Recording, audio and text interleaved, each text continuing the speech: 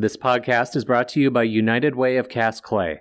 United Way of Cast Clay strives to create a vibrant, welcoming community where everyone can thrive. Get involved at unitedwaycastclay.org.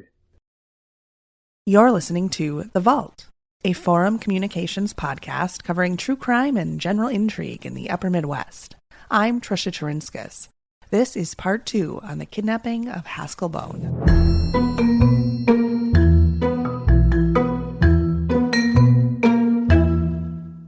Haskell Bohn's kidnappers made him lie down on the floor in the back of the sedan, with his head facing the ground.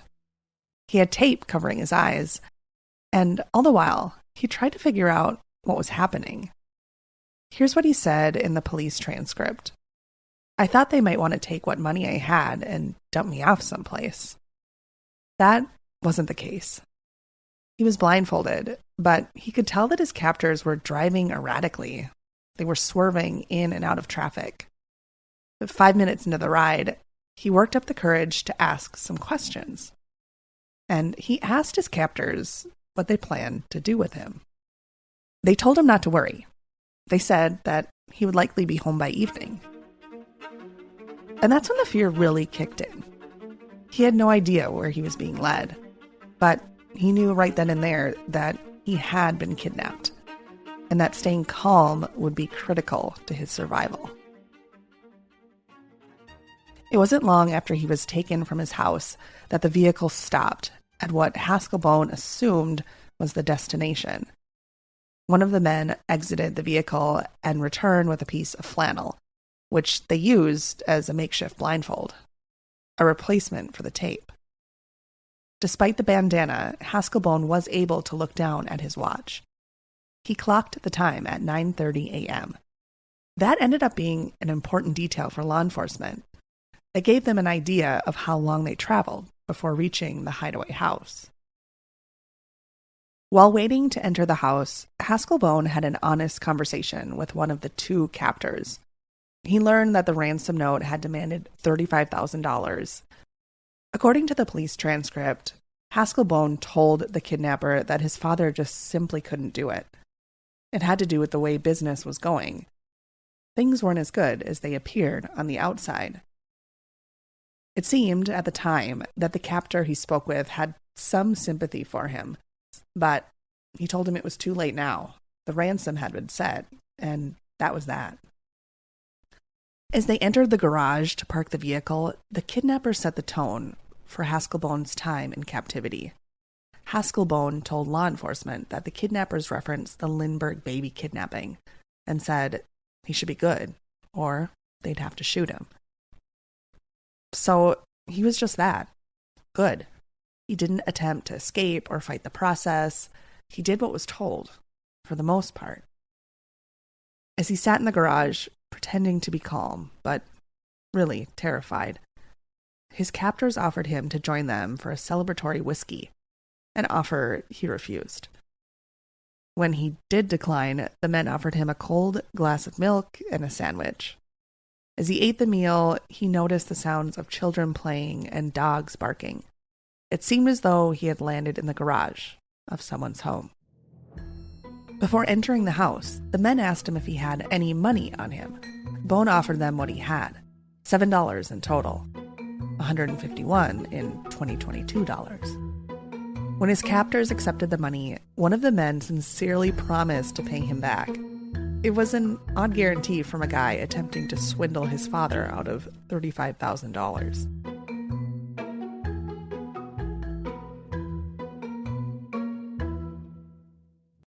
It was then when Bohn realized one of the men was a bit more sympathetic to his situation. It was an assumption that was confirmed when he offered him a chance to rest in the back of the vehicle, this time on the seat rather than the floor. With his captor in the front seat and Haskell Bohn in the back, the man apologized to him for demanding so much in ransom. Then they began to talk about baseball and bull riding, just as friends would do. The unlikely connection the two shared paid off for Haskell Bohn. When the lead captor would leave, the second man's sympathy got the best of him. He eventually allowed Haskell Bohn to take his blindfold off, as long as he didn't look directly at the man, whose identity was being hidden for fear of getting caught. Bohn's newfound eyesight allowed him to get a glimpse of life outside the garage. He gathered that it was a populated area, with 4 other garages visible from the one he found himself in. At one point, the men discussed cutting him loose, a decision they said they'd have to discuss with the rest of the gang. The second man, who had shown an odd form of kindness to Haskell, told him, "I hope they let you go." But the gang thought otherwise. Once the decision was made to keep Haskell Bohn in custody, a couple members of the gang threw his arms around their shoulders as they led him, blindfolded, into the home's basement. He was given a bed, a pillow, and 3 blankets. It was a far cry from the luxury of life as the millionaire's son, but it was enough for a good night's rest. Throughout his 6-day stay, he continued to hear the sound of children playing upstairs and birds chirping outside the basement window. He was provided with hearty meals, including breakfasts of fried eggs, toast, and coffee.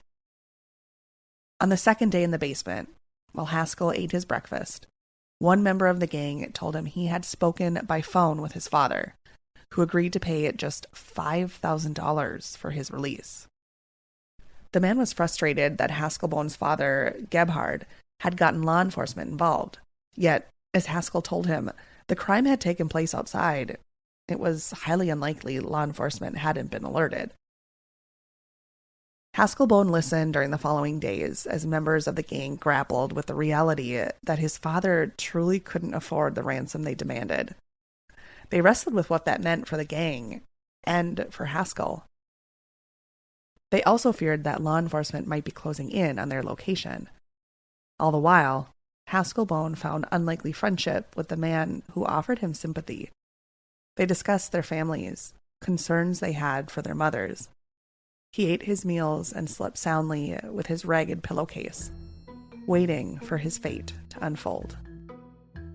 Tune in to part 3 to find out how Haskell made his way to a rural farmhouse and how he was received when he got there.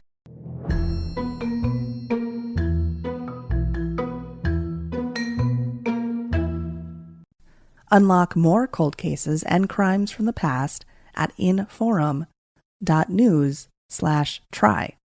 Get your first 3 months of unlimited access to our entire news network for only 99 cents a month. Visit inforum.news/try to take advantage of this deal.